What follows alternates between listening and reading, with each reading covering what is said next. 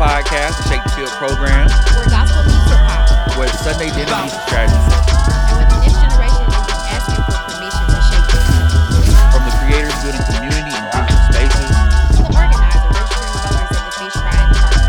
to the entrepreneur building generational wealth right at home. We're telling stories that aren't told about Alabama.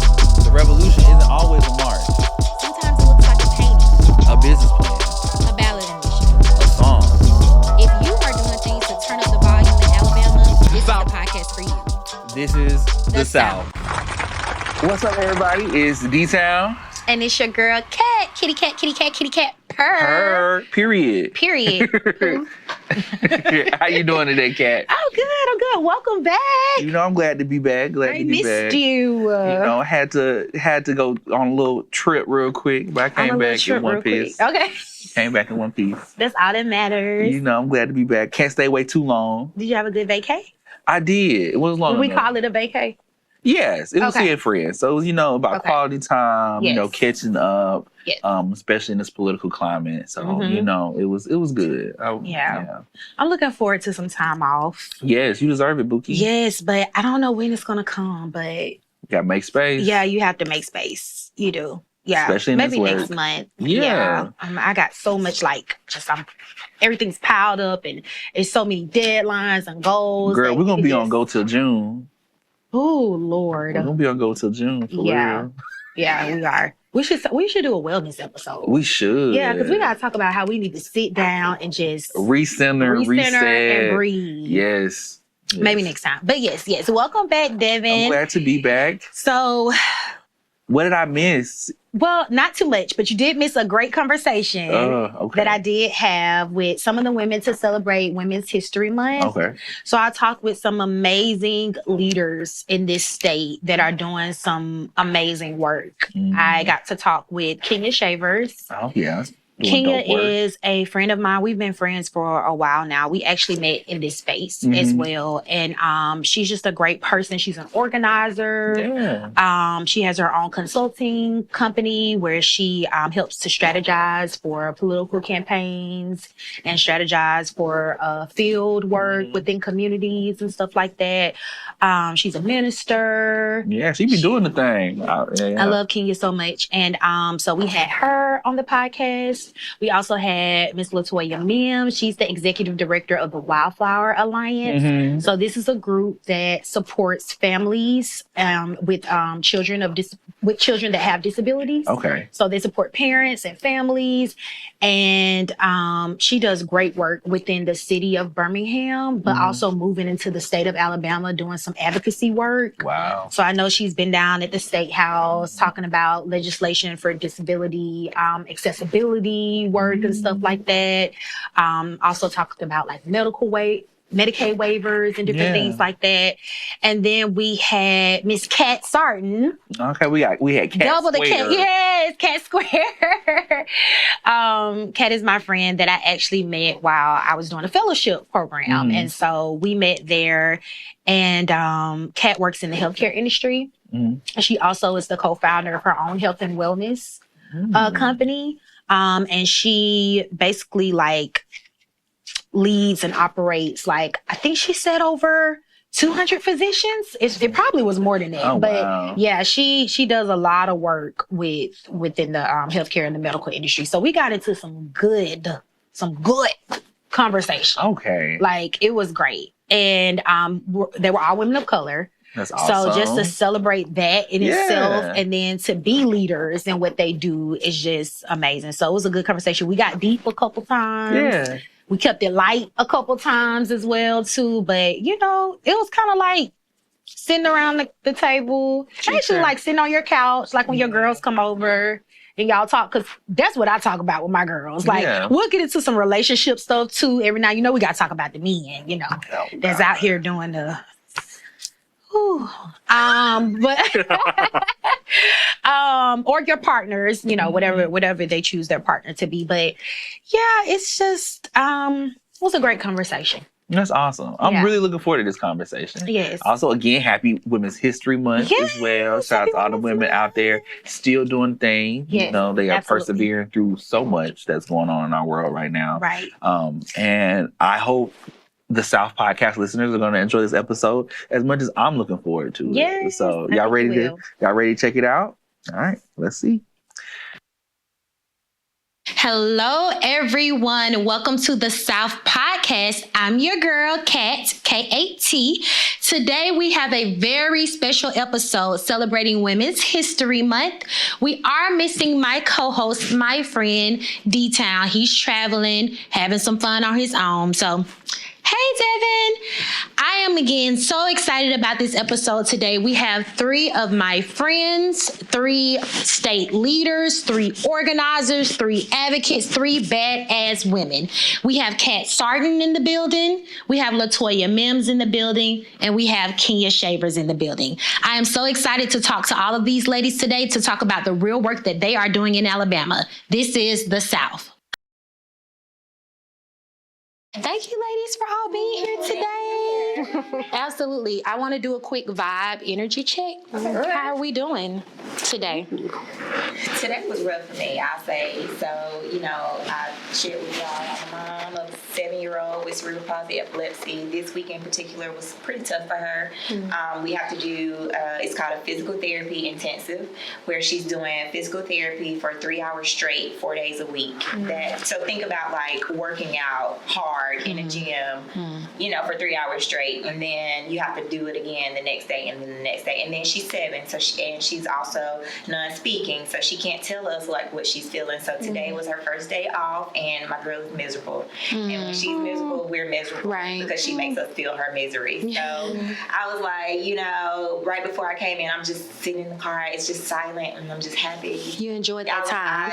The air was blowing. I was like, I feel like I look cute today. So, absolutely. So, today was rough, but, I'm really looking forward to this conversation. Got a taste of it right before we started. So right. And LaToya, your daughter, she's non-speaking, but I've met her before, and she does speak with her emotions. Absolutely. And she speaks with like her body. Yes. She definitely, like, you can kind of tell like what she needs and what she wants through her language, through her body. She has the ability to communicate, so non-speaking, and I love that you brought that up. Right. Because a lot of people think non-speaking, they equate that to your intellectual ability. And just because she does not have the words does not mean we've not given her other tools to communicate her needs, her thoughts, her wants, when she's sassy, when she's mad, when she's ready to play, when she's mad at mommy because I made little brother go downstairs and do the things and I wanted him here with me playing. That's so important and so critical, because I think that is a common misconception that people have of any individual with a disability. Right. Non-speaking does not equate to, intellectual ability. And then here we are in 2026 with all the tools and technology that is available, and we have access. That's one thing that I'm very proud to stand on. Right. Is I have access, and that's what I'm bringing to my organization to other families that may have not reached that point of access yet. So because she has access, she uses an AAC device, which is basically an iPad installed with software for her to be able to tell us exactly what's inside of her mind. Wow. It's a work in progress, but that's how she does. She also could use sign language, and she can also use her big loud voice, and hand gestures. So there's definitely a way for her to communicate everything that she is thinking. Such a strong girl. Yeah, she is. She is. Sour Patch too. So. My sister Kenya, how are you doing today, girl? What's going on with life? I had to ask myself this question, like, how am I doing? I think I'm okay. We are almost done with legislative season, which... 1 more week, right? 2 more weeks? Well, 1 more week, and then we'll go into spring break, and then we'll come back. The last day is supposed to be April 27th, but I think we'll end well before then. I think they'll come back, finish out the budget, do a week and a half, and be done. And unless, there's some special session called, then I think we'll be done pretty soon. But yeah, I'm okay. This is my first year as a lobbyist, so I'm learning. A lobbyist in Alabama, let me say that. So Gotta give you a hand clap for that, girl. Thank you. That's Thank you. big things. So I'm, learning the ropes in the state house. I always say, any day where I'm not fighting with old white men about things that don't make sense, then I'm better. And I say Alabama is safer when they are not at work. I'm okay overall. Just keeping my head down, getting through it, and staying the course. I'm okay. I want to come back to the legislative session. We want to dig into that a little bit, just so our audience knows what that means. Yeah, for sure. Great, thank you. Cat with the C. Cat with the C. How you doing, chick? I'm doing all right. I mean, it's Friday and it's been a long week. Yes. I oversee over 1,000 providers, so there's always provider and case issues and things like that within the healthcare system. Wow. So the weight of that tends to fall hard towards the end of the week, but I do look forward to, being present with my family. I hear you on the parental responsibilities and going to your second unpaid position after work, and just trying to be centered around family and the things that you can control and enjoy. When the world around you, sometimes you're like, I just got to turn off some of this noise and keep things positive in order to keep putting forth the foot in front of the other. So, but it's Friday. Can't complain. And Kat, I actually want to start with that about, as you said, like having a family, going to your second unpaid job. I think that's a great way to put it. I know Kenya and I, we do not have families yet. Not yet. It's going to happen. It is going to happen. Yes. Preferably sooner than later. Preferably sooner than later. Yes, it's going to happen. But Toya and Kat, I do want to hear from y'all about sort of that like dichotomy of motherhood and being a wife and having your family, and then also doing the job that you're called to do. How do y'all make that happen? Magic. I don't even know what else to say. I mean, it is difficult because you're going to have those difficult days and then have to go home, turn that off. Turning it off is almost impossible, it feels like sometimes. And then you have to step into, these people who are relying on you for their livelihood, right? So it's difficult, but then, the piece of it where they say is worth it is because you will get that hug, you'll get that snuggle, you'll get that reassurance from your husband, who's always going to be your number one fan. So y'all get ready. They're coming. They will cheer you on. They are the best. And they remind you. And those are the things that you need to like build you up for the next day or to go right back into what it is. But I won't say it's easy now. I feel like a lot of people have that misconception that the husbands are just there to take the trash out and, do these simple tasks that, we as women may not necessarily want to do. But it's so much more than that because they're humans too. And you want to keep that piece of it because you have to help them carry their weights as well. They're coming home with it. So it's difficult, but it's definitely worth it. It's something that when the Bible says that we are not meant to be alone, I understand that, now, and I understand like what it means to have that partner that you'll always have somebody you can talk to. You can unload on, even if it's at them, it's directed at them unintentionally, it's worth having that person that you can always go home to and just be like, you know what? That old white man today asked me, like he's big, and just, to have that, if I can't pick up the phone and call my homegirl, it's right. He's my homegirl, and he'll step right into, tell me more, girl, because that's what you need. And so, again, tough, but definitely something that I feel like everybody should experience and have, because everybody needs that support. Nobody's meant to be alone. Kat, I mean, I couldn't agree more. I feel like,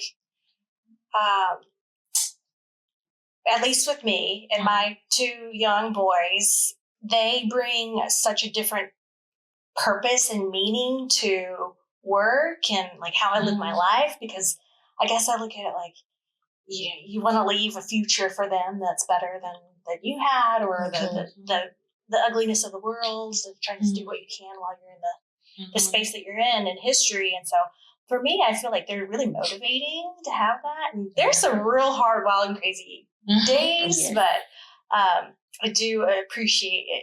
I feel like it forces you to kind of stop and put perspective in place when things seem really challenging. And it's very hard, but when you do hard things, you become get big rewards. You get big rewards. Yes. You become more resilient. Right. You build more confidence in it. So I do find that the family life is. It's a lot of challenge and juggles, but it is worth it. Tell me, Kat, kind of like, what does your day-to-day at work look like? Like, how does that being in the healthcare industry, how does all that work for you? Yeah, I mean, I'm like, working in an organization that really values culture and has a lot of autonomy. And so because it's a physician group, people are really empowered to make strong decisions for themselves as a bunch of smart people, right? You're going to always run into HR problems or this and that or leadership issues and things like that. But I think we all just keep evolving and we all have the same belief and DNA and core principles, which I know it sounds kind of fluffy, but those are the only things that you have to root yourself as an organization, as a big company. And so, you deal with the things, but I really try and instill trust and leadership with the teams that I manage, right? Because I can't do their work. Well, what do you hear from those physicians, like, about sort of the things that they're dealing with the patients? Like, I know emergency rooms are overcrowded because of the healthcare system that we have here in America, where you have your Medicaid, and then you have Medicare, and then you also have the Affordable Care Act, and then you also have your private insurances and all of that. So, but emergency rooms are overcrowded because of lack of access or affordability of insurance. So we know you can just go to the emergency room. Sometimes they don't accept the payment. They bill you later. What are you hearing from some of the physicians you work with about that? Yeah, it's really all of that, all the things they cannot control, but also the fact that at the root, they went to medical school because they wanted to help people, and the system makes it really hard to help people. And so it ends up that they're just turning machines, pushing patients through, trying to meet all these measures, still trying to instill the quality measures involved and required, but at the same time, not being able to navigate people through the system because of their insurance or their payers, or the patient doesn't know where to go and you have to refer them. It's very complicated. And I think that creates so much burnout on top of the administrative work they have to do and the charting and this and that. So I think where they get the most fulfillment is actually getting to see and spend time with the patients, and our system doesn't allow for them to do that. Right. It's like a quick in and out. Yeah. And they don't want that. Right. And so they're getting burnt out, and then it's like everyone's getting so they do care. The doctors. They really do. They really do. And that's kind of like the hope, the inspiring part. And so when we can provide, we work with a lot of emergency rooms and hospital inpatient things, but in my division, it's outpatient. So we see actually a lot of people migrating from different specialties and fields to settings where they do get to spend more time with the patients. And it's where it's needed, but there's still big holes like primary care. You can't find a primary care provider out there. Or is there a long wait? Or there's long waits. It takes 6 months to get access. And they're on the receiving end of that, where people are happy to finally see them, and they're a trusted voice to those patients. But at the same time, like, why does it have to be like this? Okay, I'm so happy you talked about that, and I'm going to get to you, Latoya, because I want to kind of dive into how this affects you and your daughter as well. Kenya, when you hear this, what comes to mind about how how can we change this issue? Like, what can we do? Who do we talk to? What do we do to make this better in our state? Yeah, so that's a really good question. honestly, sometimes I know people feel like there is nothing we can do, but there's so much we can do, right? And I think part of it starts with like showing up and being in the face of the people that are responsible for it and reminding them that, hey, your decisions are affecting real people in real time. Like, we are talking about the issues of Alabamians having a poor quality of life. And somebody is responsible for the quality of life that is provided to Alabamians. And so, showing up literally at their front doors, right? It's not just like us showing up during session. Right. It's not just us sending an email or marching and gathering. I was just having a conversation yesterday. I was like, I am tired of marching and gathering. And then this weekend was the Selma Jubilee. Right. And marching and gathering. Right. More marching and gathering. And I think that there is a place and a time for us to march and gather, right? I believe that we should continue to commemorate the blood that was shed on Bloody Sunday, over that walk across the bridge for our voting rights, right? But all of that commemoration is for naught if, one, we don't hold elected officials accountable for the decisions that they're making, and two, if we as a community and as a society get together and decide, like, okay, we have to take a vested interest in changing what our daily lives looks like. Right. And that means us coming up with a plan, right? That means us collaborating. That means us building networks, so that people do have access to healthcare and access to doctors. We were talking about the waivers, right? Like the fact that we had that conversation, which I'm sure we'll talk about later, about these waivers, something I never knew about, right? Something I wasn't privy to.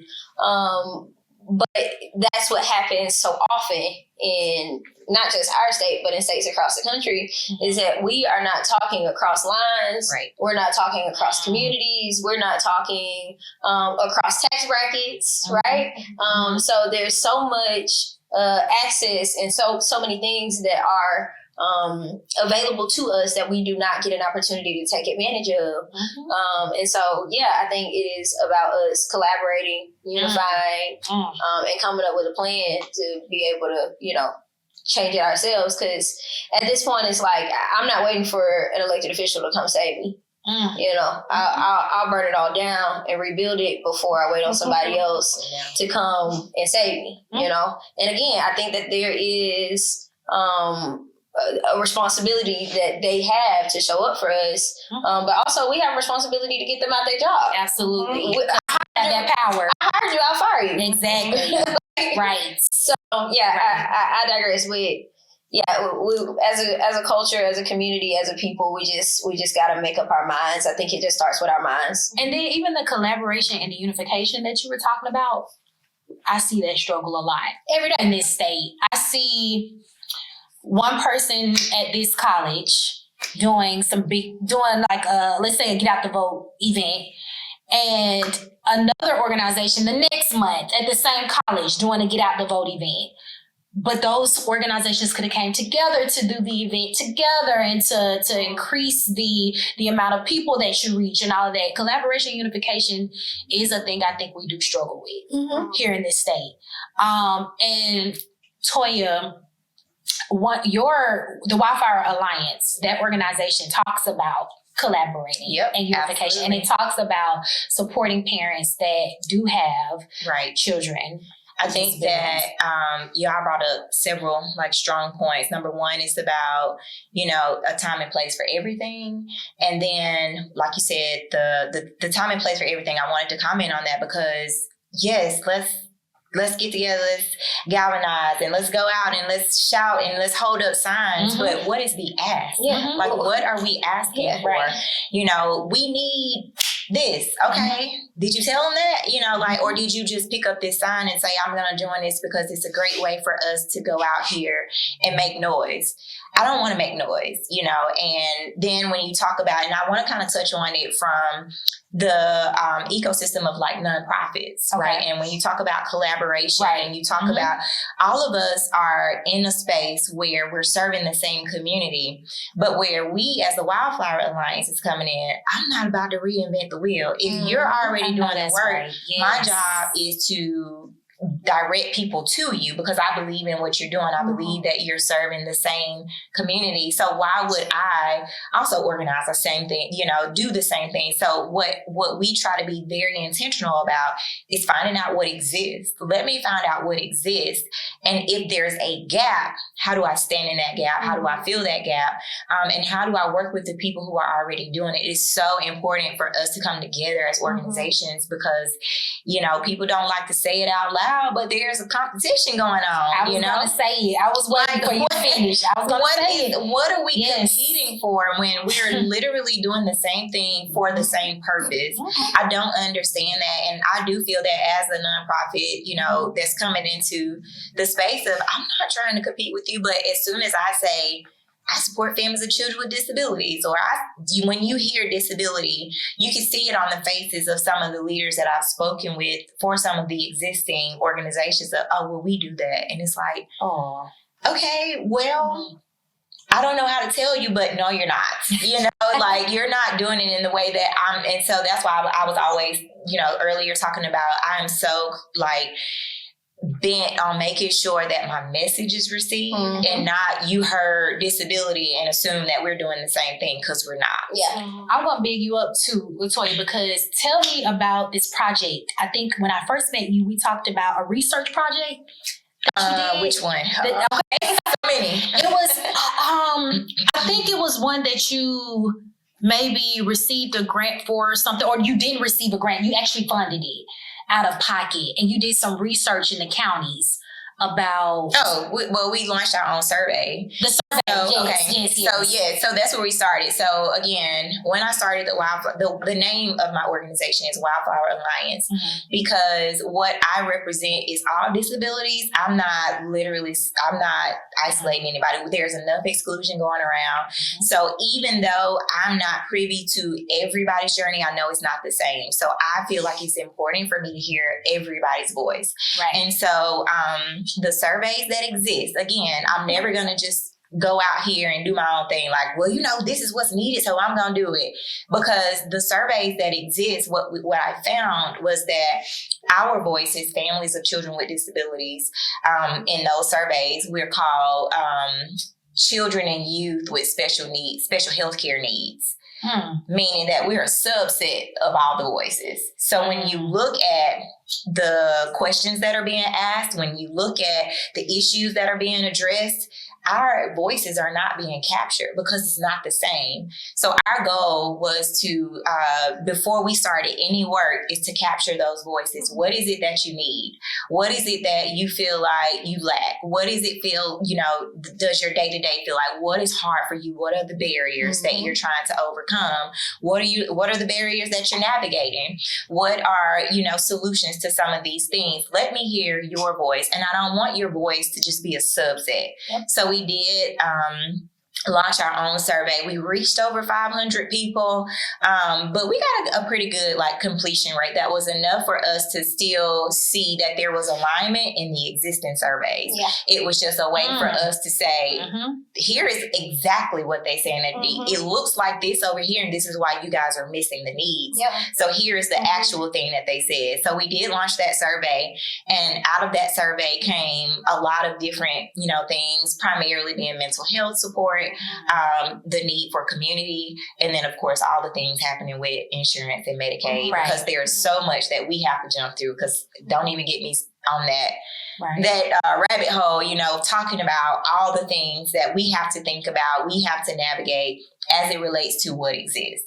And so we took that survey, we took everybody's voices, and we started all of our efforts centered around how we can truly serve our community and make sure that the needs are being met, and not me just coming up with an idea that I think is, hey, this is a great idea. Yep. This is what you need, when it's really not anything that you might need. So that's definitely how we started. Before we launched any of our programs, any of our initiatives, we started with give us your voices. And then from there, we built our parent council parent advisory council that allows us to bring in parents of children with different disabilities. So we have parents there that have children with rare genetic disorders. We have, parents of children with autism. We have parents of children who have cerebral palsy, because even though I have cerebral palsy in my family and you have it, it's still not the same. Right. How we navigate it is not the same. Right. So it's important for me to hear everybody's perspective. I don't care that we both have cerebral palsy and epilepsy. What does it look like for you?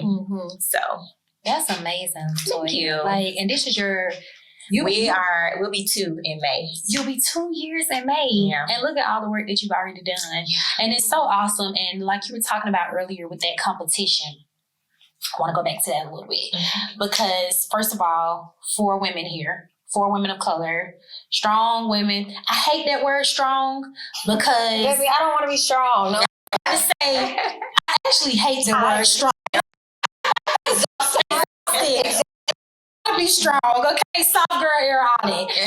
But just the fact that is something that not only we have to deal with as women, but in the nonprofits that we work in the businesses, the companies that we work in, competition to become a leader, to move up the scale, to have promotions.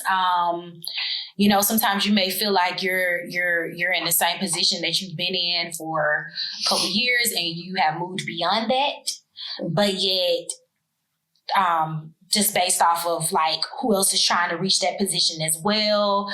I do sometimes feel like as women that sometimes that competition can come between us. Yeah. And I hate it because like we're talking about collaboration, unification, coming together. I wanted to bring this conversation together so we could let the people know the great work that y'all are doing, but also to show that women can actually sit down, have conversations and be bonded and be unified in our mission, which our mission is to make this state a better state, right? To make better for Alabamians. I do want to talk about something that you said earlier, Kat, about access, healthcare access. So, and this brings in Kenya and Latoya. So I just wanted to share a quick story. Early last year, I received news that I was pregnant, right?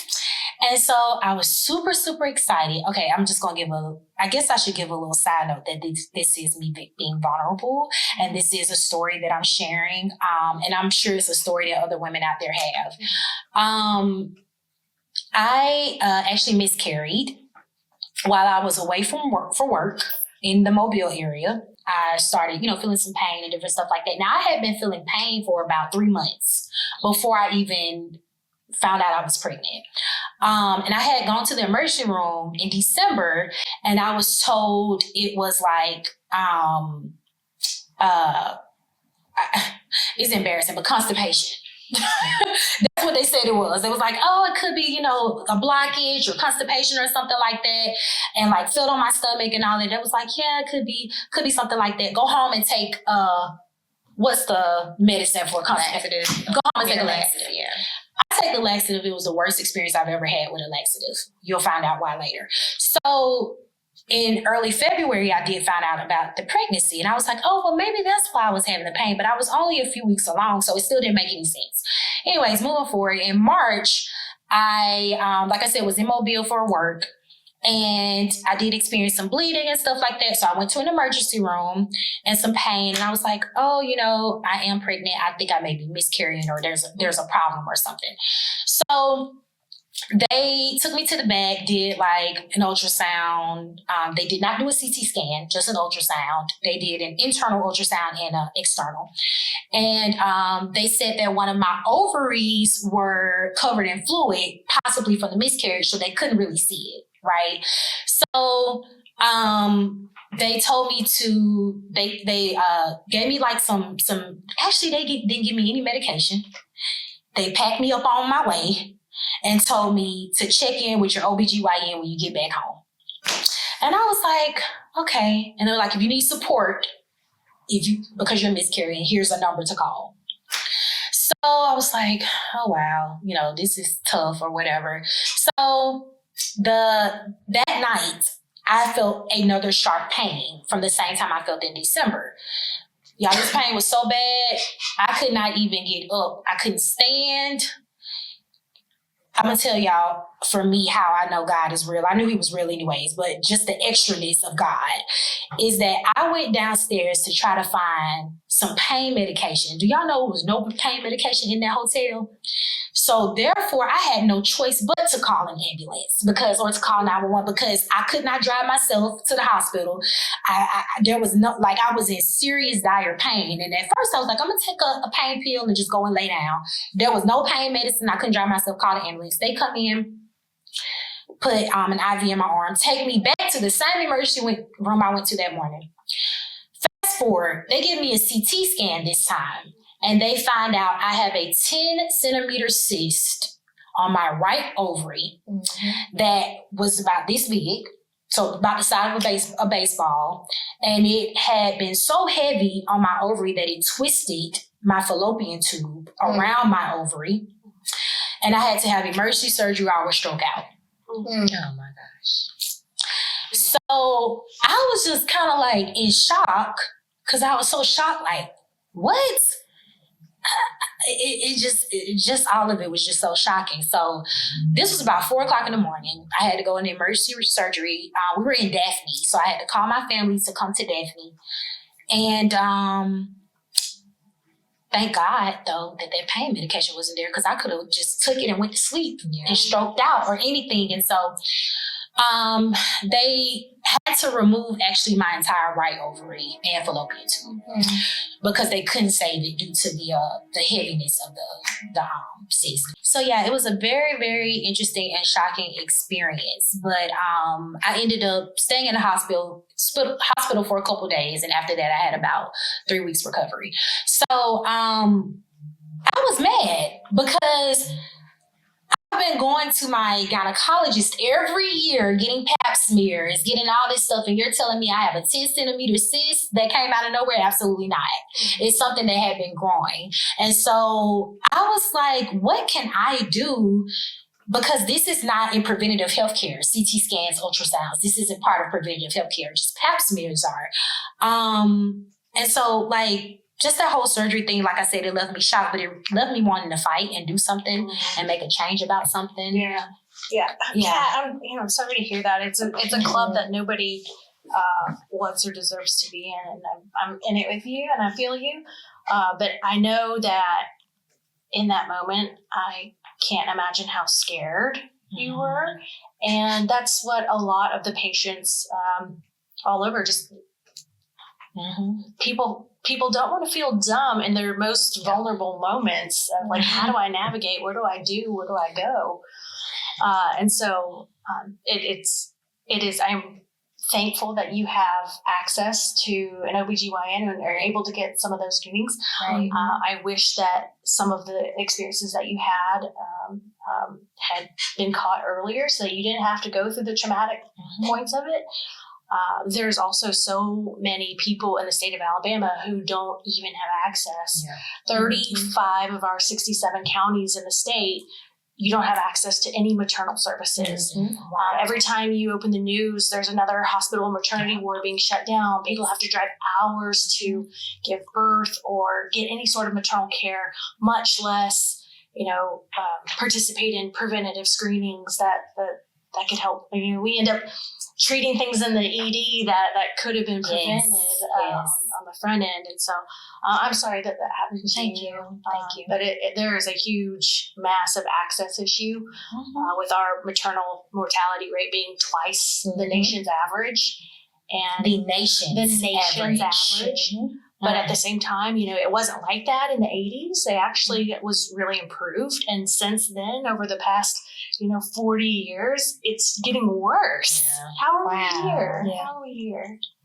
And it makes you think, what is the priority? Like if for these elected officials, what is the priority? Like why do our Alabamians have to experience trauma? Mm-hmm. Why do we have to, drive hours? Like, I can't imagine. So for my second birth, it was called a VBAC. So the first birth, I had a C-section, and then the next one I did vaginal. It's called vaginal birth after cesarean. And I can't imagine driving. We live closer to Chelsea. Mm-hmm. From Chelsea to Brookwood. I thought that was the longest Oh my time gosh. because of the contractions. I was just like, if you hit another bump in the road, like, please, my God, I cannot, and I can't imagine being in that kind of pain, having to drive hours just to get, help. Healthcare. That's crazy to me. And that's scary, because then what if you're also then in an emergency situation where there could be bleeding going on? It could be a number of different things. And it makes me wonder then, like, how are these deaths, how, are these things that are happening to people not something that makes the elected officials want to stand up? So that's what I was saying. The same thing for what we're talking about we advocate a lot for is Medicaid waivers, which, historically removes an individual with a disability from the What's facility. the other name for it? It's called Home and Community-Based Services Waiver. That's the full name of it. We want to say that. We will say that moving forward, because people need to understand that. Is it because of what comes of the connotation from Medicaid? So political, if you say the word. If you say Medicaid. Medicaid and Medicare is Crazy. a taboo political word that Alabama elected officials hate. Yeah, and it's so sad because, we are watching families, or I know families who are losing their benefits from these waivers. And so historically, again, I'm going back in the day, we all know about the horror stories of individuals who lived in these facilities, right? They were being tested on in New York, and these were children. So, these are people with intellectual disabilities, physical disabilities. So the creation of the Home and Community-Based Services waivers are for people to be able to live at home and receive those outpatient services. So you can still continue life. You can still thrive. You can still get the necessary support that you need. So like Harper, the waivers allow us to get physical therapy, speech therapy, occupational therapy. It allows us access to assistive technology. Assistive technology means wheelchairs. It means her AAC device that I mentioned earlier. It means the walker that she uses. It means all of these things. It means access to all of these things. That's what those HCBS services do for us. So then when you lose them, what happens? Yeah. Kenya, tell me, with the expansion of the word they don't like, that Alabama for some reason will not accept the funding for, would that help for things like that? I'm pretty sure. It does.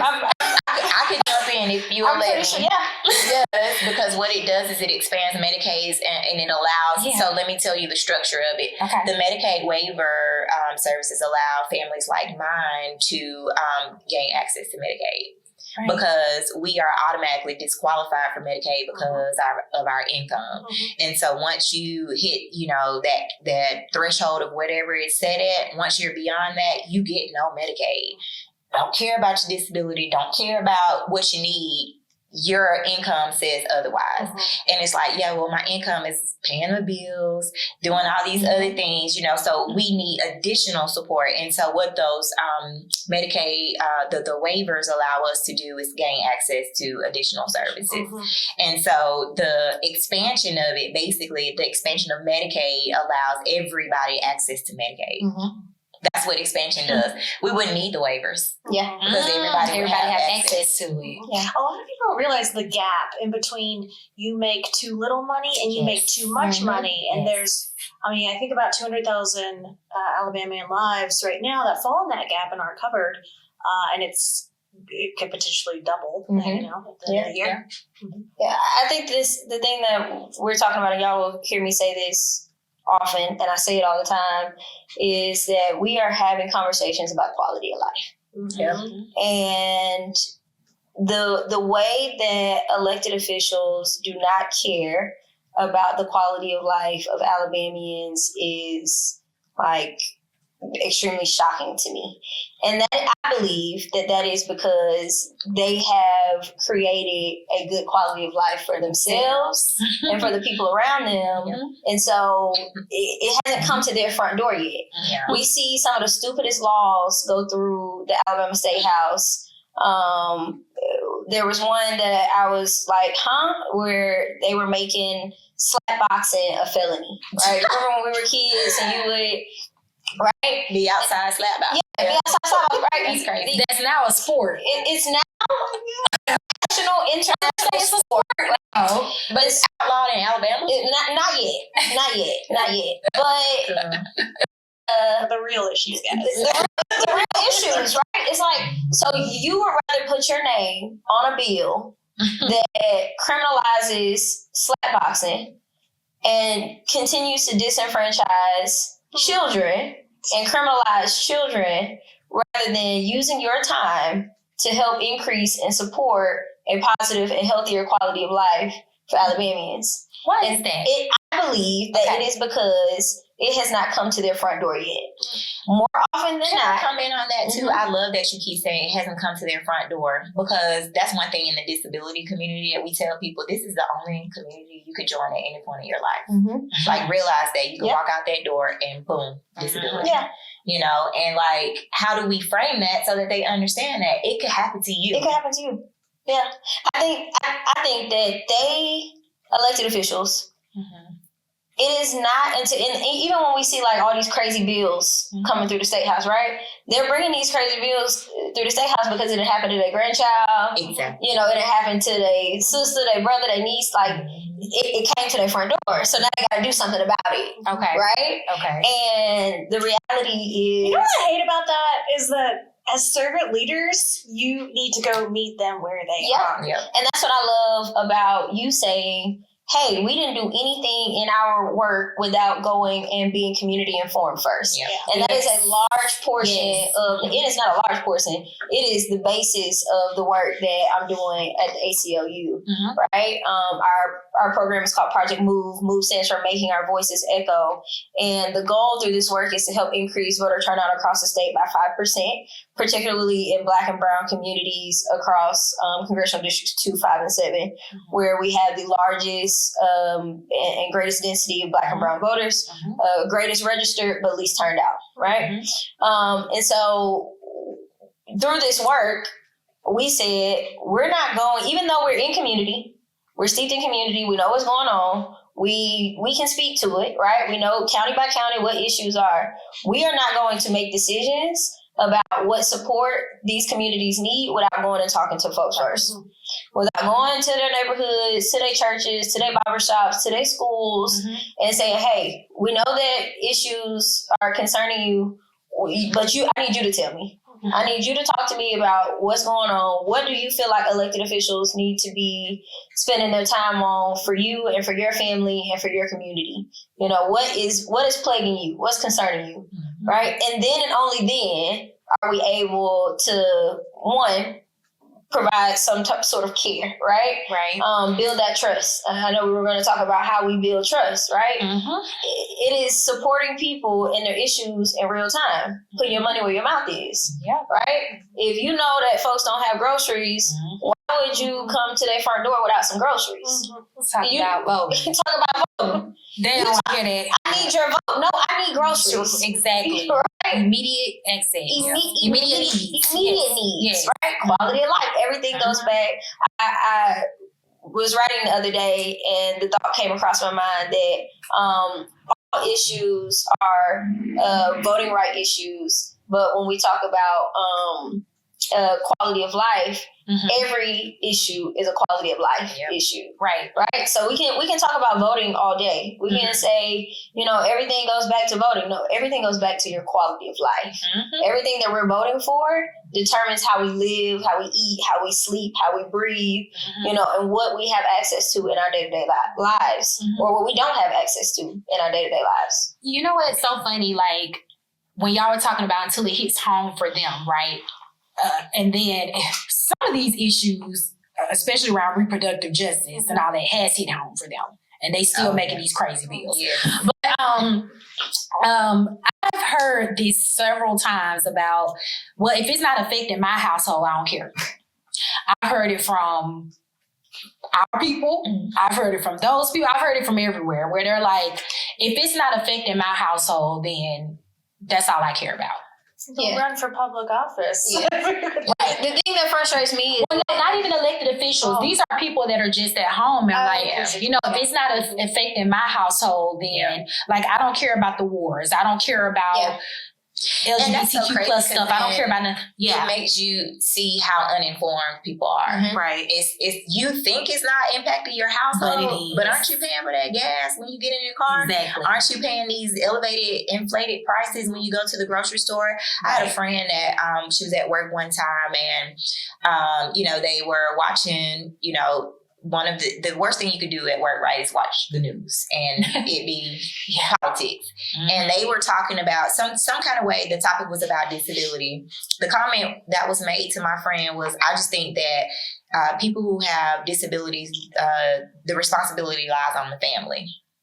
So it turns into an argument because then my friend goes, well, what do you think the families are doing currently? So let me put it into perspective for you and show you how it impacts you. Mm-hmm. It's because if my son, she has a son, if my son gets sick today or something happens and I have to leave, now you have no one in my position. Mm-hmm. Now you have to come up with how you're going to cover my work. Now you're impacted. Mm-hmm. And that's what we try to teach people about disabilities is that everybody is impacted by disabilities. I don't care if you're a business owner, are you ADA compliant? You're impacted by disabilities. Mm-hmm. Right. Are you a physician? Right. Do you see patients with disabilities? And then another topic I won't even go into is about the cultural competence of, physicians who don't necessarily understand how to treat people with disabilities, and you think that's crazy, right? Like, what do you mean?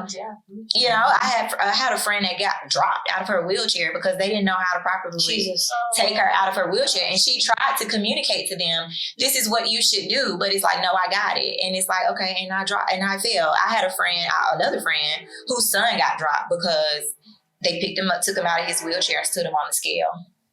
Huh? He's in a wheelchair, people. And they thought he was just going to stand up because, what do you need a wheelchair for, right? Lord. So those are the things that people don't realize that everybody is impacted. So when you say quality of life, oh my God, like I'm still in that because that's literally going to be... It covers everything. It covers every issue. And then also for these people who are uninformed, I can also show you a aspect of this where you directly are impacted. Mm-hmm. The kids at school, it's just so many different things. And I just feel so bad for these people who are uninformed thinking that they're not impacted because it's crazy. Yeah. I don't feel bad though because you scroll Facebook all day and Instagram all day. Yeah, it's a choice. Why aren't you researching? Yeah. Why aren't you looking it up? Yeah. At this point, we have ChatGPT, Claude, Anthropic, all these different things. Why aren't you looking it up? It's about interest. Google is now AI. Yeah. You can just Google it. Hey, Google. So it's not at their front door. It's not at their front door yet. Yeah. Yep. One thing that my grandfather, I have a grandfather quote for everything. You know this cat. She does. I do. My grandfather, he was a very wise man, and I learned a lot from him. But one thing that he would always say to me is that they will always be conscious of their own kind. And that never clicked to me until I got older. And if I'm frank, he was talking about white folks. But that applies to everybody, right? Folks will always be conscious of their own kind. And it's sad that too often in our communities, Black communities specifically, we are not as conscious of our own kind.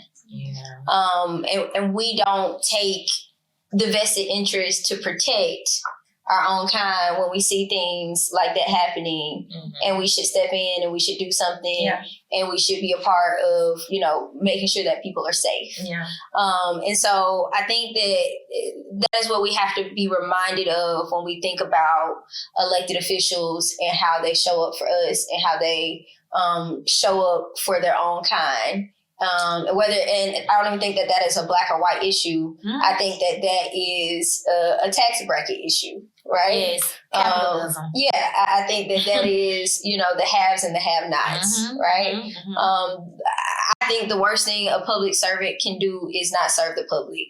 But we see it every single day where they are in these seats collecting a check and holding a title to serve themselves and to serve their own families and to serve their own personal interests, but never or seldomly the interest of the people that elected them and the people and the constituents that they represent, because they are conscious of their own kind. Which is ironic because I think the perspective of not coming forward and pushing your way into getting in front of your legislators is the perception that they're so busy that they don't have time for you and they don't have time to listen to your issues and things, and that there's so much going on. Which is crazy. Yeah. 105 They got all the calendar, 105 calendar days is the only time that they are in legislative session to pass laws. The rest of the year, they are in district, at their house, on their farms, doing whatever. I don't think people realize that. It's that they work just during that time. Yeah, they only have 105. They're obligated to go out and talk to their constituents. They're not obligated. Or they should. They should be, but who holds them accountable? Not us. Yeah. We're not. Yep. We're not going to their front doors and saying when they're back at home with their families, living a high life. We're not going to their door like, hey, working today. Let me talk to you about this. Are they in their offices, Kenya? Not when outside the station. Wow. No, So you'll never really find them there. No. No, when lawmakers are not in session, the state house is a ghost town. Yeah. Wow. Yeah. And so we were talking about power mapping earlier, right? Power mapping for me is a tool that I've used in my organizing for many years to help me, coalition partners, organizers, etc., volunteers, constituents, figure out what needs to happen and how we need to do it. And what I mean by that is, if I know that my lawmaker is not going to be, or is going to be in district rather, then I need to find out where he get his hair cut or where she get her hair done, what church they go to, what school their kids go to, where do they like to eat on Tuesday nights? This who are their friends? Yeah. What are their what sunrise Rotary clubs do they go to on Thursday mornings? Right. That is the only way that, and it sounds very tedious. It almost sounds like stalkerish, right? But it's necessary because otherwise, how do you figure out who these people are, and how do you figure out what it is that they care about, and how do you figure out who has their ear? How else? How else do you figure it out? And in a way, like networking. It is indeed. It's about, and we talk about that too.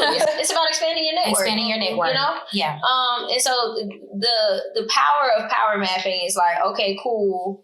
I know, John Doe, Representative John Doe goes to this church, and my cousin go to that church too.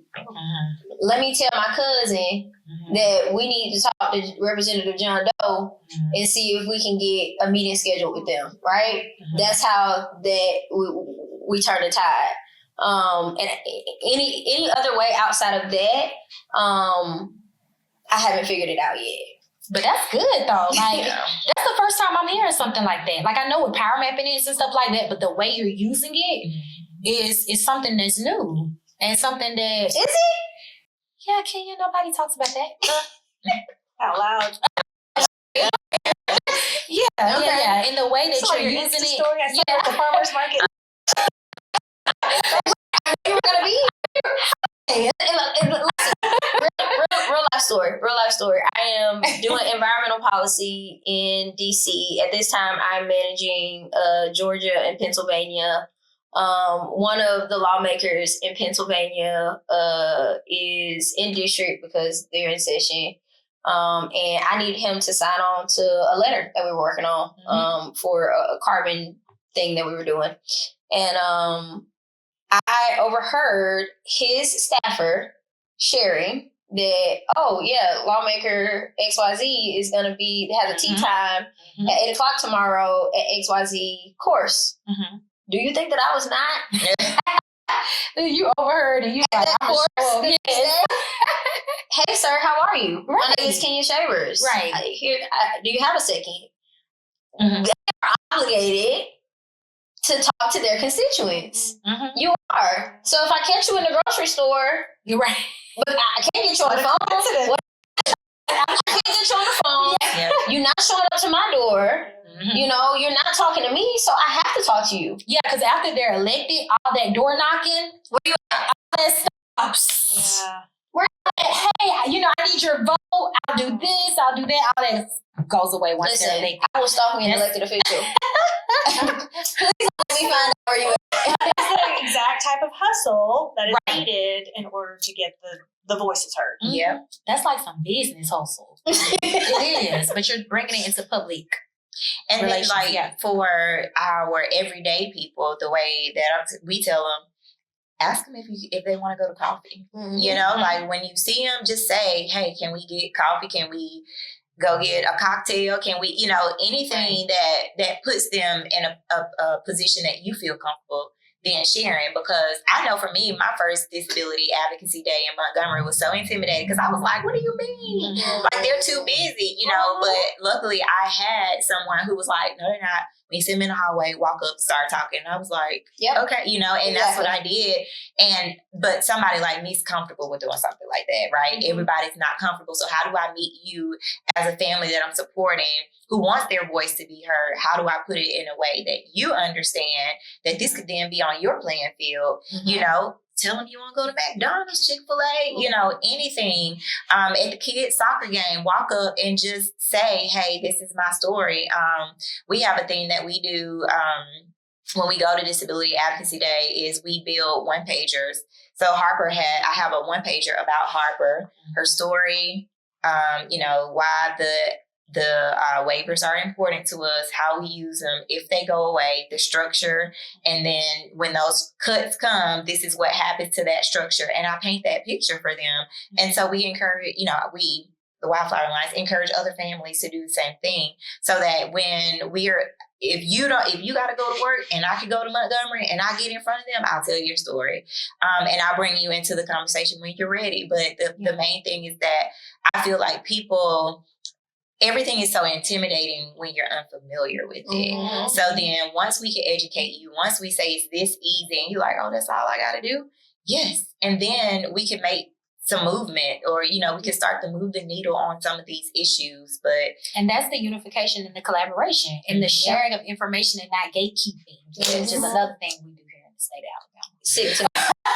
It's crazy to me. Yeah, it's crazy to me too. Yeah. But ladies, I do want to know your last thoughts. Just like, how do you feel being a woman leader here in the state of Alabama? What are some challenges that you face, and what change do you want to see for that challenge? I'll start with you, Kat with the C. That's a lot of questions. Yeah. They are big questions, but kind of put it together for me. Absolutely.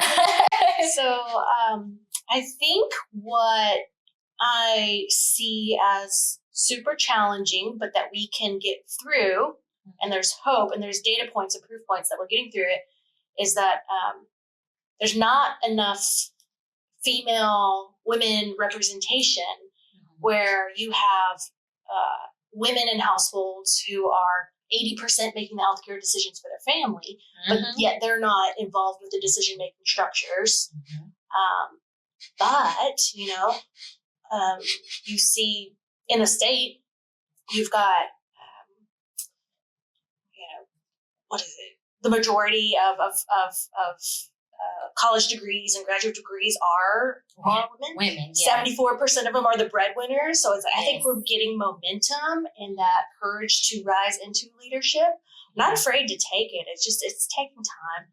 I think there's a lot of hope when you look back. You know, there's progress, even incremental, this and this and this. Sometimes we take a step back, sometimes we go forward.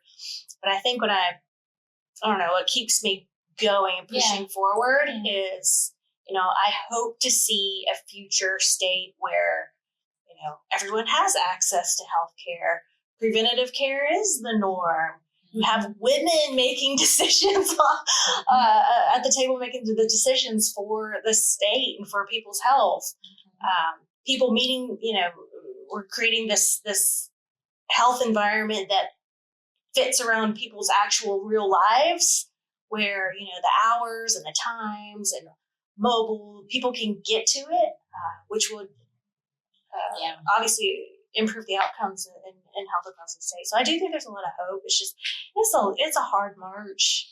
It's a lot. It takes a lot of hustle like this. I mean, both of you just sitting here today have really inspired me to be like, I'm going to go find one. You gotta know who they are. I've got a list of things I want to talk about, and now I know you're not so busy. Right. I have to stop saying that. I know. I am just now coming to terms with the idea of what it means to be a young leader. And that realization has happened most recently as we have seen so many of our elders in the movement pass away. Many of them who had a direct hand in how I show up in the work today, and have really impacted the way that I show up as a young woman in politics. And so for me, it's like we are the new leaders. It is left up to us. And Kat and I have this conversation often as we, brainstorm about our dreams and our ideas and our hope for ourselves and for our lives and for our careers. But I think sometimes it gets lost on young people that we are the new adults. We are the new leaders. We are the new elected officials, the senators, the mayors, the council people, right? Somebody has to do it.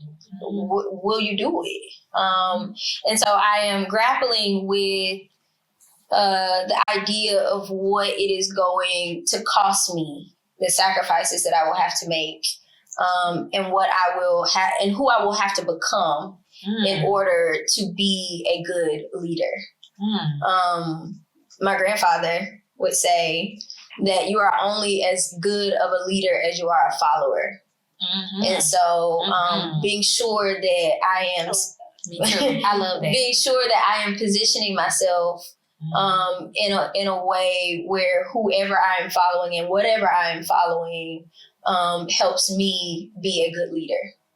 And what I mean by that is being sure that I surround myself with wise counsel, as the Bible says, being sure that I am keeping my private life clean so that it doesn't bring shame to my public life. And as a young person, sometimes that's hard, right? If we real about it, I want to go party, I want to go drink, I want to go turn up, I want to go twerk on social. I can't do that. I can't do that. It's just certain, as a leader, and recognizing that I am a leader, I have to show up in a way that exemplifies good, solid leadership, right? And so I think those are just the idea, just the reckoning that I am a leader is what I am struggling with. That's what I'm dealing with. That's my daily grapple. But also the consistency that being a good leader requires is also sometimes challenging because I have to do it when I don't feel like it. I have to do it when, people are pissing me off. I have to, be a good leader when I'm tired and when I'm cramping and when my head hurts, right? And when I'm, frustrated with arguing with white men, old white men all day, right? I still have to exemplify solid leadership in a way that would make the elders proud. I resonated with what you said when you said seeing myself as a leader. When I turned 30, which was back, but when I turned 30, I had no idea. I was not the kid who when you were in school, it was like, go be a doctor, go be a lawyer, right? And so those are the things that I pursued. And then I got into them and was like, ain't no way I'm going to go to medical school for another 8 years. I just did elementary, middle, high school, finished college. I did grad school. Pay off school loans for the rest and then I was like, there is no way that, no. And then also during that journey, you learn so much more that it's not just being a doctor or a lawyer where you can have impact, where you can make money, where you can have a good livelihood. There's so much more to it. My dad always said, be a leader. So I'm the oldest of 6. So I was always charged with, you're the leader, you're the oldest, you're the this.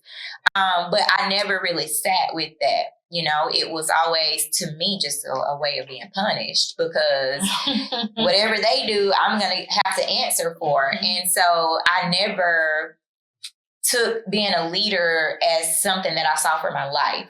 And then when I got married, we were like, we have no kids. We got to travel. We got to do this. We got to party every weekend. We got to do all the things that we couldn't do for real. Because even when you were still in college, you still live with your parents and you still have to, abide by their rules. And so us being in our young adulthood was freedom for the first time in life. I didn't think about what was going on. I mean, I kept up with it because I went to a HBCU where that was always a charge that you receive at a HBCU is to be in the know, always be aware, be a good citizen. And so I was always keeping up with what was going on in politics. I was always aware of the more mainstream issues. I never thought about things day to day, though. I had a good job, I had a man, I had a house, I had a car, and so, but I would never say, I was never one of those ones who was like, it ain't my problem. Like if I saw someone struggling, what can I do to help? But also that goes to a certain extent. It does, until I had my baby. And then, and that was mid-30s that I had my baby, my first baby. And I was just like, okay, we have this challenge. This, I just told myself it was a challenge. And one thing about me, my mom just always called me big mouth. Shut your big mouth up. All you do is, but it, I later learned that what I was always doing was calling out the thing that people never wanted to say. Like, we're sitting in this room. Do y'all not see what's going on? And my mom would always be like, shut your big mouth up, because now she has to answer for this child who just said it out. And I was just like, what? It's right there. Why? And it was the same thing for me socially. I was always deemed the mean friend or the hard friend or the person who was difficult, to deal with. But it's like, now here in this space, I'm like, I never was any of that. I said the thing that needed to be said, that needed to be dealt with in a room where people did not want to acknowledge it, or they saw it and just wanted to turn away. Let's focus on something else. And so that is where my leadership lies, is what I learned is where my leadership came in, because then once it was time, once I realized that a lot of the battles that I was battling without even knowing I was battling is something that a lot of people are going through. I also recognized that I am in a certain place in life. I worked hard to get here. I worked hard to live where I live, to drive what I drive. We put the work in, and I'm going to stick my chest out. And then now I got this disability. And I'm like, what is this? And how do I start? It should easily come to me because I have all this stuff. So you should. And then my skin came back into play. Then I'm walking into appointments being sized up by residents who are telling me, who think they know more than me because they see me in jeans and a jacket. Baby, I'm stressed out. I got this child that y'all trying to tell me something is going on with, but my education went nowhere. And my education is in the very field that you're trying to school me in. So when I flip the screen, everybody does not have that capability to stand up in a room and say, you won't talk to me like that. Yes. And then let me educate you on what you're actually trying to say that you're saying wrong. Yes. And that's when I was like, oh, other people are going through this, and just walking away. I have a family now that I'm working with, and she gave me the whole rundown of everything that they've gone through. And all I could think in my head was, there is no way if I was sitting in that room with her, there is no way she would have been treated like that. There's no way her son would have been treated like that. There's no way, because I could never sit back and say, well, that ain't my problem, you know? And that's where I realized, I came to the realization that I'm a leader. Yeah. But even still, in leading, to me, that's just speaking up to somebody. That's not a leader to me. But like now in this space, growing into the direction that we're going with the Wildflower Alliance, being a voice for people is a leader. And I was like, why do I always have to talk? You know, like, why? Just get what Harper need and get out the way, you know, but I can't help it. I can't stand by while a friend is struggling. Yeah. It's something that I can't. So then I spent time with myself again, because you spend time, you know, at 30, you know, I could only say that I probably would turn around and was like, all right, girl, what are we doing? You know, but I still never put pen to paper. This is what I want. I always had dreams. I want to be rich. I want to be able to get on a yacht. I want to travel when I want to travel, but never intentionality behind what my life is going to look like and how I'm going to get there. And then when this child came along and I have to be her voice, I'm always going to be your voice, baby girl. Like, you got that. Same thing with my son. You know, I'm raising a young Black boy in a predominantly white community, you know, so much I got to pour into you. And so I'm always going to be that mouthpiece for my family, but also my friends. And so coming to the realization that I am a leader is where I was just like, me? Like, I always knew I was great, but I thought I'd be like an influencer. I started acting classes. I was like, I know I'm going to do it, but like on these platforms, not for this, but this, what I do, I cannot, there's not a night that goes by that I'm not waking up at 3 a.m. There's not a night that God ain't like, hey, write this one down too. We'll deal with that one next. You know, there's not a night that I'm not always like, because then what if we did it like this? I mean, why can't we take this approach? There's not, all the things that live inside of me. I remember when I first started therapy, I had postpartum anxiety. I developed anxiety after I had a baby. Never had anxiety. I was like, what is this? But it was a godsend in a way, because it made me sit with myself. It made me realize my strengths. It made me take my creativity that I always have had creative. I've always had the dreams. I've always had the idea for a Christmas party and let's make it an ugly sweater. And so now I get to take that same creativity and apply it to changing lives, to impacting and changing systems, you know, because why is the system like this? How are you saying that you're for me and you're not even designed in a way that benefits me? So that's for me, when I think of myself as a leader, it's not a public lead, even though it seems like I'm kind of migrating. I'm like, come back.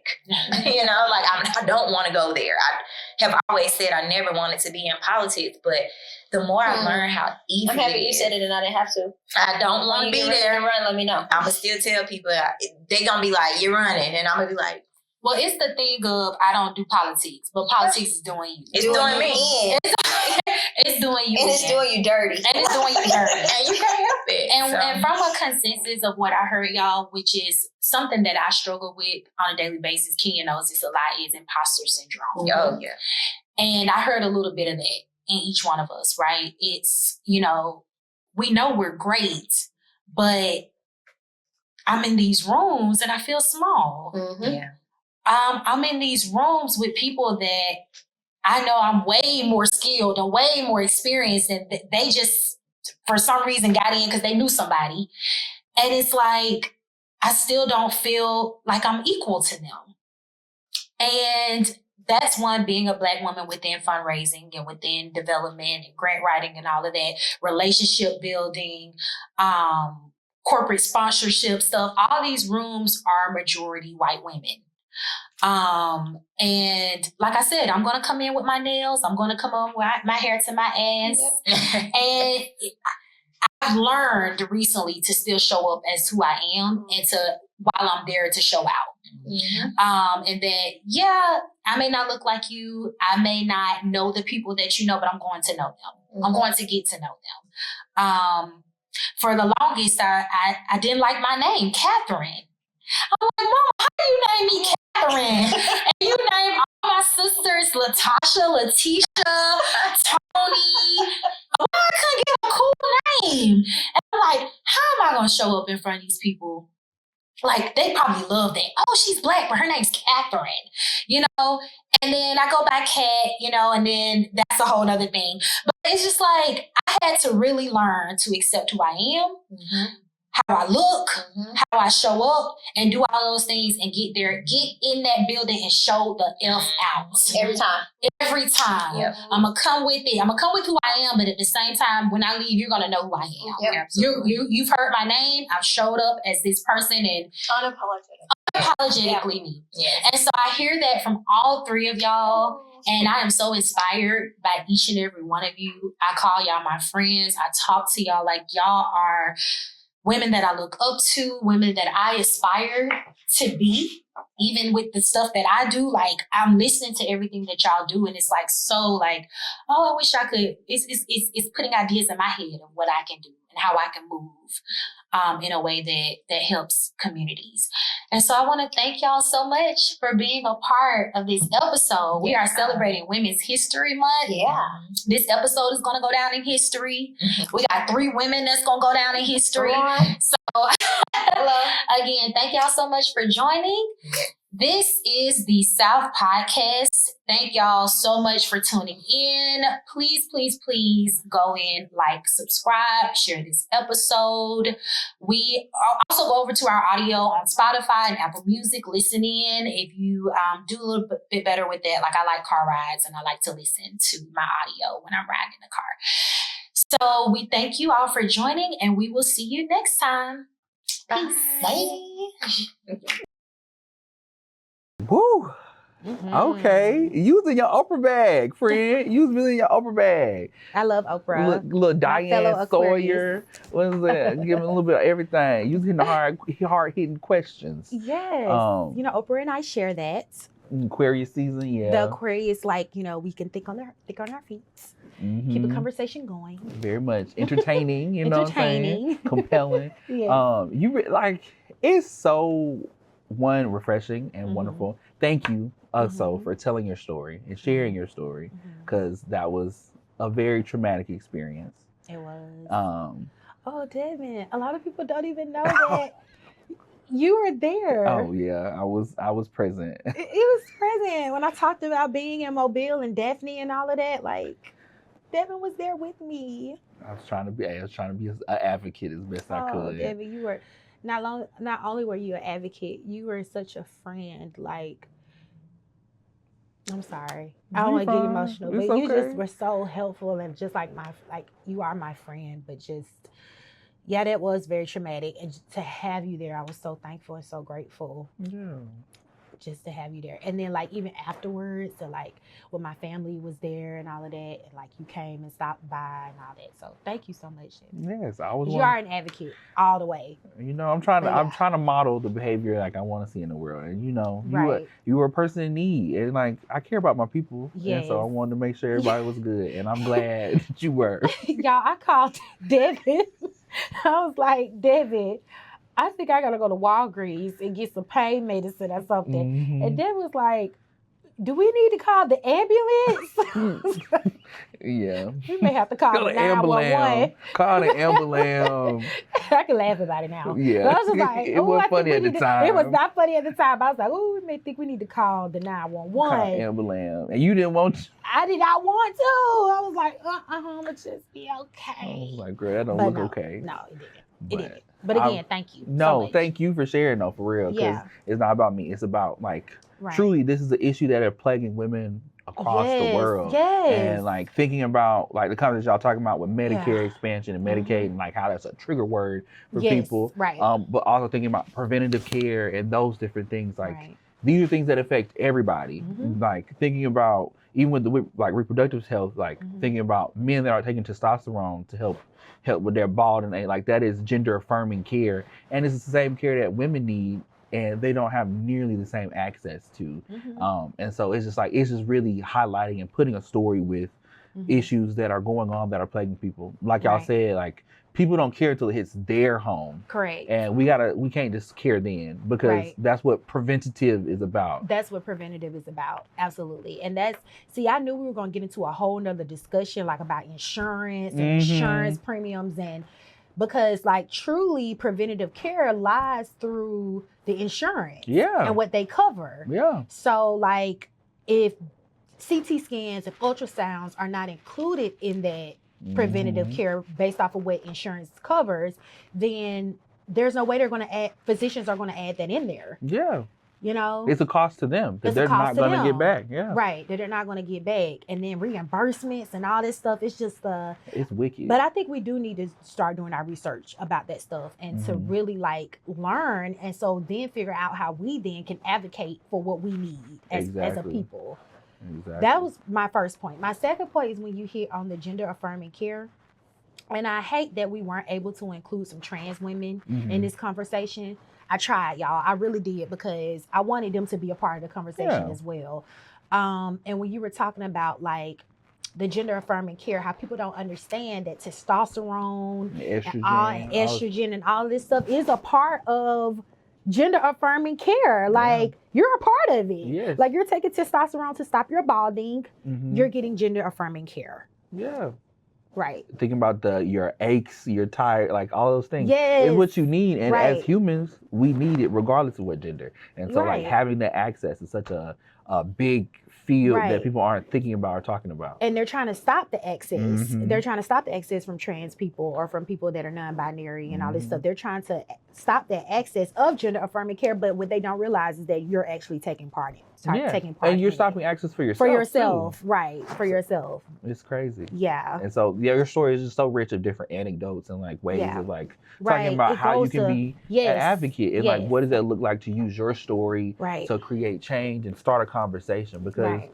thinking about like your partner and things like that, Mhm. that may be the first time they hear about stuff Mhm. like that going on. Mhm. And so it's like, And then even afterwards, now I have to worry, and other women that I know have had the same stories that I've Mhm. heard from. Now you have to worry about the actual reproductive part of it. yes. So it's like, the having kids, the getting Mhm. pregnant, the what's it going to take, the What does that look like? what does it look like? What does it cost? What does it cost? And like I said, and like I think I said on the Mhm. during our conversation, like how blessed am I to have insurance Yeah. that covers this type of stuff. Yeah. Because ever since then, now I have to have these checkups. Now I have to have these ultrasounds and these CT scans like on a bi-monthly basis Mhm. where I have to do this stuff Yeah. now. And like I said, that insurance conversation is a conversation that needs to be had. Yes.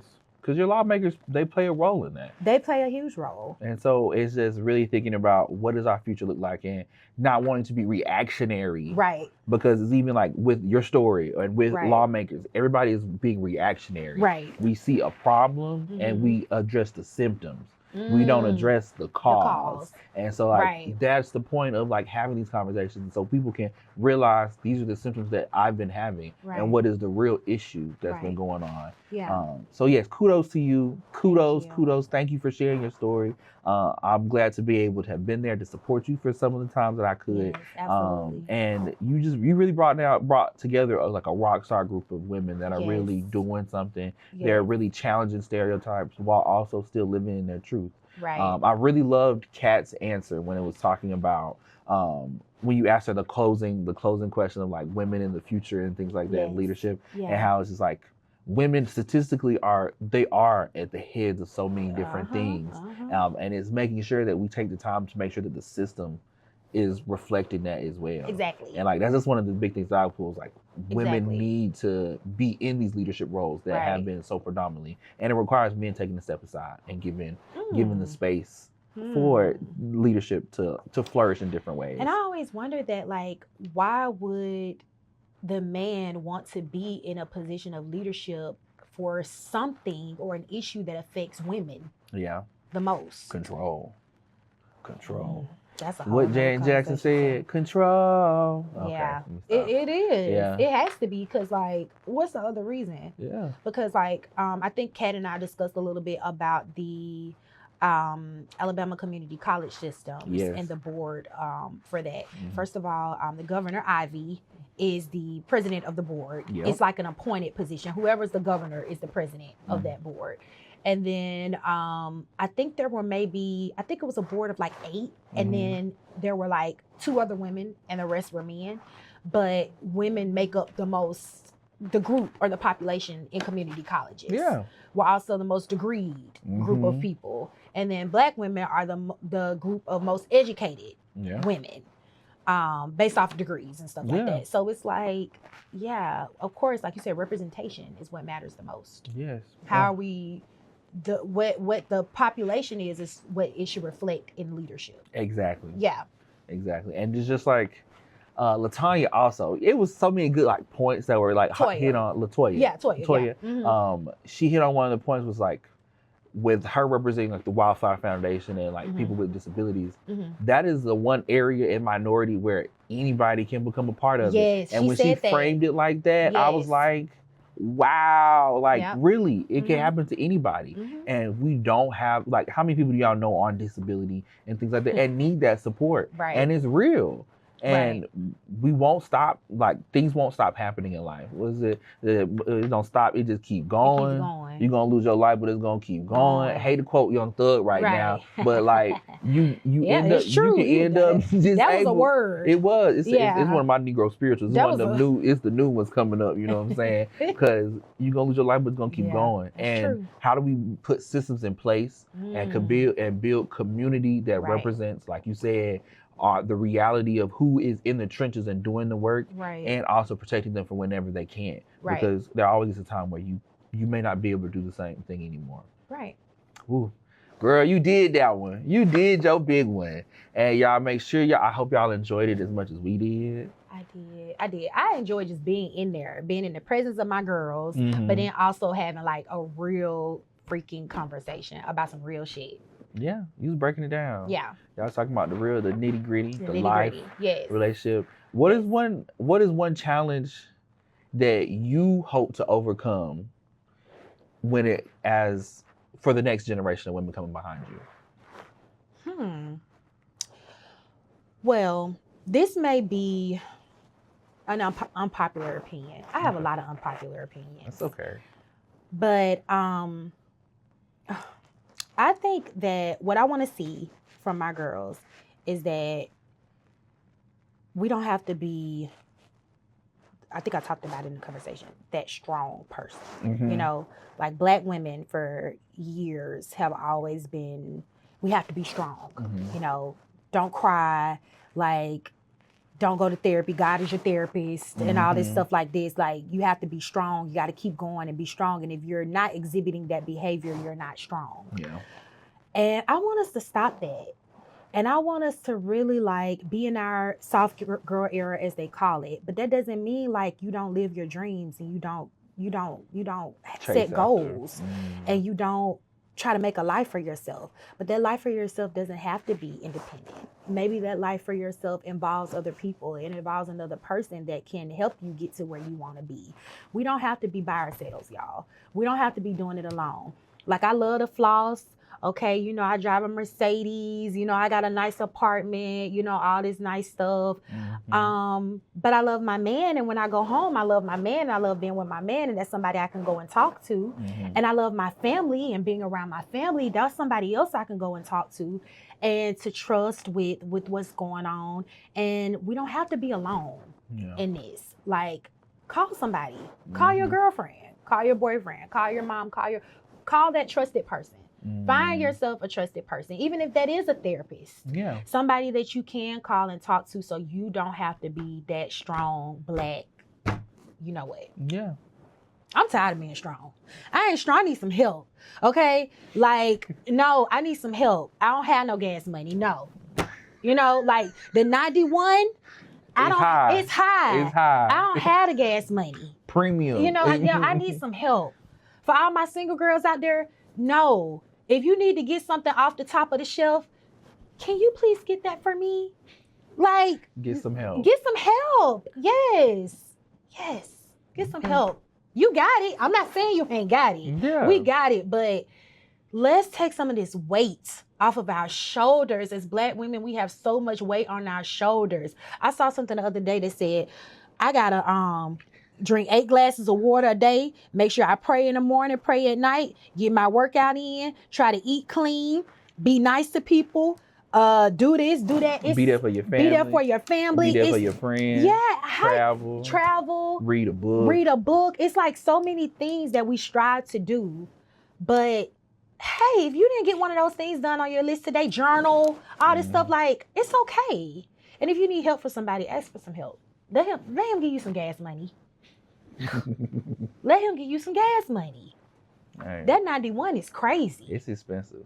So if y'all want to keep seeing these podcast episodes, please don't help us help you. Donate today to the South Podcast. Yeah, ask for a donation for some gas. Yes.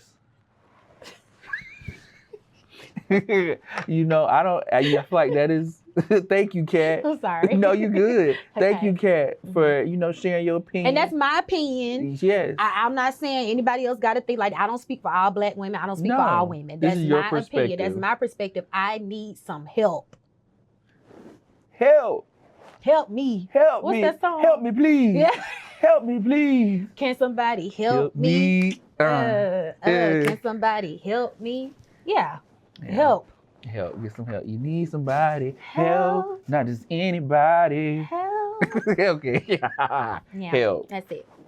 Well, thank y'all again for tuning in to the South Podcast. Yes. This Women Histories episode. Yes. I'm your co-host DTown, I'm Kat. and thank you for tuning in.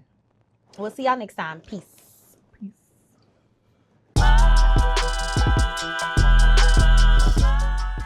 What's up? It's your girl, Kat. Shake the Field is a program of Alabama Forward, an organization where we shake up the streets by building power of the people. How do we do that?